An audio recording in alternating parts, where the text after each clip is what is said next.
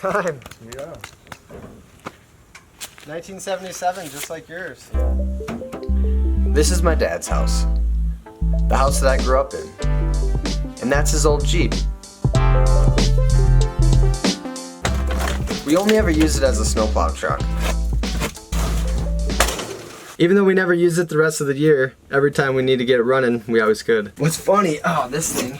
This was actually connected to a big metal gas tank that we kept right in the middle because the original gas tank, like the lines, everything just rotted out. And this is actually for a boat. Absolutely loved riding around in here with my dad. I always told myself that one day I was gonna get another one and restore it. This is awesome. Original seats. Check out the floor mats.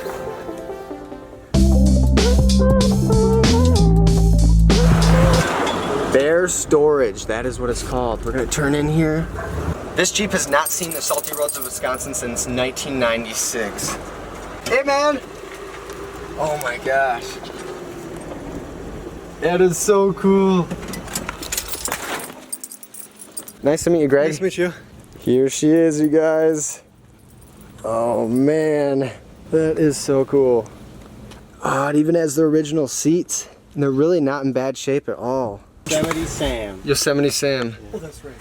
Yeah, that's what it is. See, the plan with this Jeep, it's gonna be like a multi-person expedition vehicle. Like normally when I'm camping in Jade, you know, it's just me and Annie. So this is gonna be with friends and family.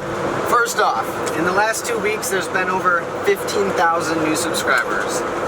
Welcome to the journey, you guys. I'm super excited to have you here. A lot of changes are currently happening. A lot of plans are in the works.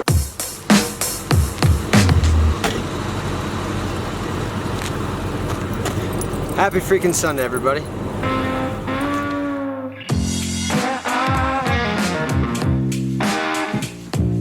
Second off, what about the 50-state road trip? Jeeps and traveling, those are huge passions of mine, and those aren't gonna go away. Unless I'm dead on the side of the road, I'm finishing the 50-state road trip. But what I've learned is that I don't want to be a lone wolf always on the road. The community aspect is so important to me. Having some kind of plan for rotating different projects, traveling part of the year, taking a little time off to kind of reset, refresh, ground yourself, be with family and friends, take on different projects that challenge you differently. Having a rotation like that, that's what keeps you motivated for each individual project. We're creations of beginnings and endings. Speaking of Jade, I totally miss her too.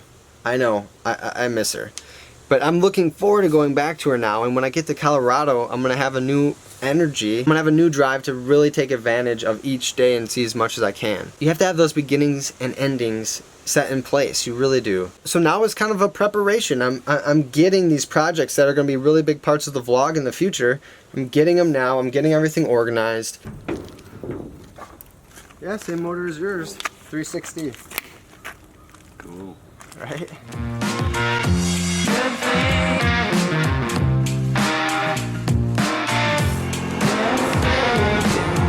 Oh, this is what you designed then? Yeah, this is what I designed as a filler. More reliable, because periodically it would work. It would just clicks up into the groove like that. That's awesome. Just like the older Broncos, the Wagoneers, a lot of them had that power window where that rear window could go up and down, but the motors would fail. So that's the case with this one too. But it's pretty cool you like, you know, custom made this. Is that plexiglass? Plexiglass? Yeah. That's cool. Mm-hmm. Clip. Oh, the seat flips forward? Yeah, and it also folds forward too. Oh, wow. That'll be perfect for camping in the back or whatever. Yeah, there's a little clip right here. Okay. This just lifts up. And then this seat folds down like this.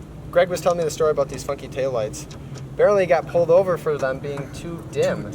And so the officer told him that he needed to replace them, kind of like a fix-it ticket. And so he wired up some trailer lights that were a lot brighter. So, tires are pretty new, right? Oh yeah, they probably got maybe 1,000 miles on them. Yeah.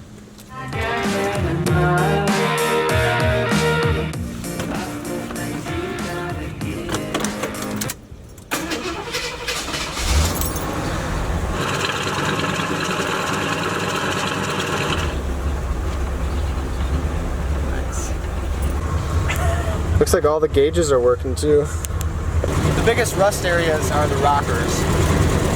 But other than that, most of it's in really good shape, especially for being a 77 and spending most of its life in Wisconsin. The frame honestly looks in really good shape though.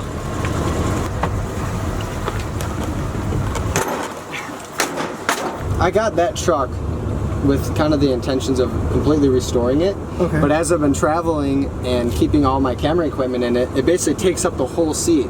You obviously have the truck bed, but if it's raining out, you need to make sure it's covered if it's raining out. So kind of what I'm running into is I'd really like to have a vehicle where I can have like more than just me and carry my camera equipment. Yeah.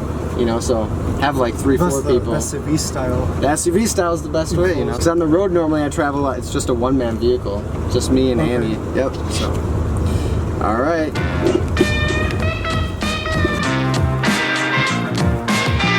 Oh, nice. This is way more sensitive than that. The gas pedal on that is just like, you have to floor it.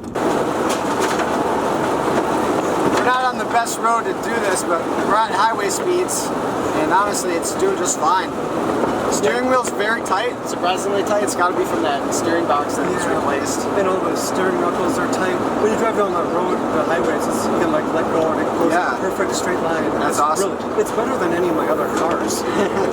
Well, it's good to know because that means you've kept up with it over the years, and that's really important with older vehicles. For asking $950. I don't see anything wrong with that. Definitely needs work, but that's just part of buying an older vehicle. It's not fully restored, you know. The brakes work pretty good. Yeah, oh yeah. They're tight. Think you can handle driving Jessy? I don't know if you can. I know you're gonna get all kinds of confused, but it's time to load up.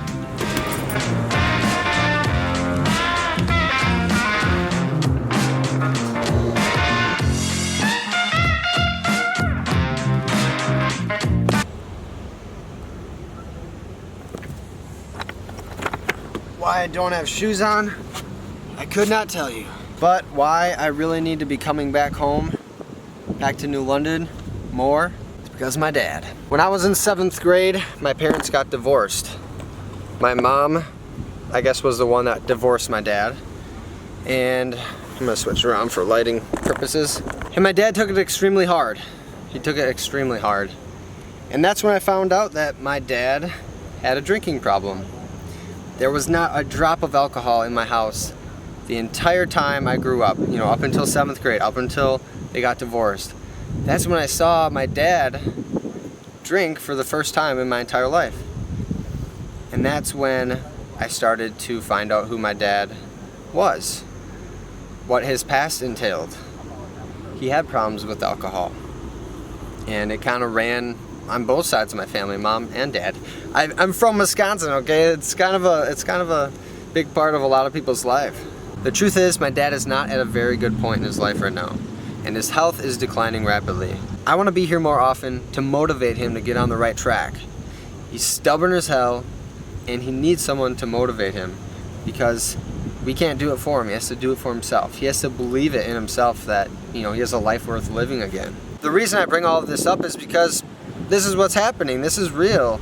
And if I don't let you guys know, without getting too personal, if I don't let you guys know this stuff, then you don't really know what's going on. And if I'm just trying to be always happy and in a great mood all the time, that's not real. It's fake. And you guys are gonna see it. I'm gonna wear it on my face, and I have worn it before. But I wasn't comfortable enough to share that yet. Because that's the thing, anything you upload, anything you share, you have to be comfortable with first. I wouldn't upload or share things that I'm not comfortable with. As you can imagine, this is important to me. So that's another huge reason why I have to come back more. Just know how blessed I feel to have all of you guys supporting me.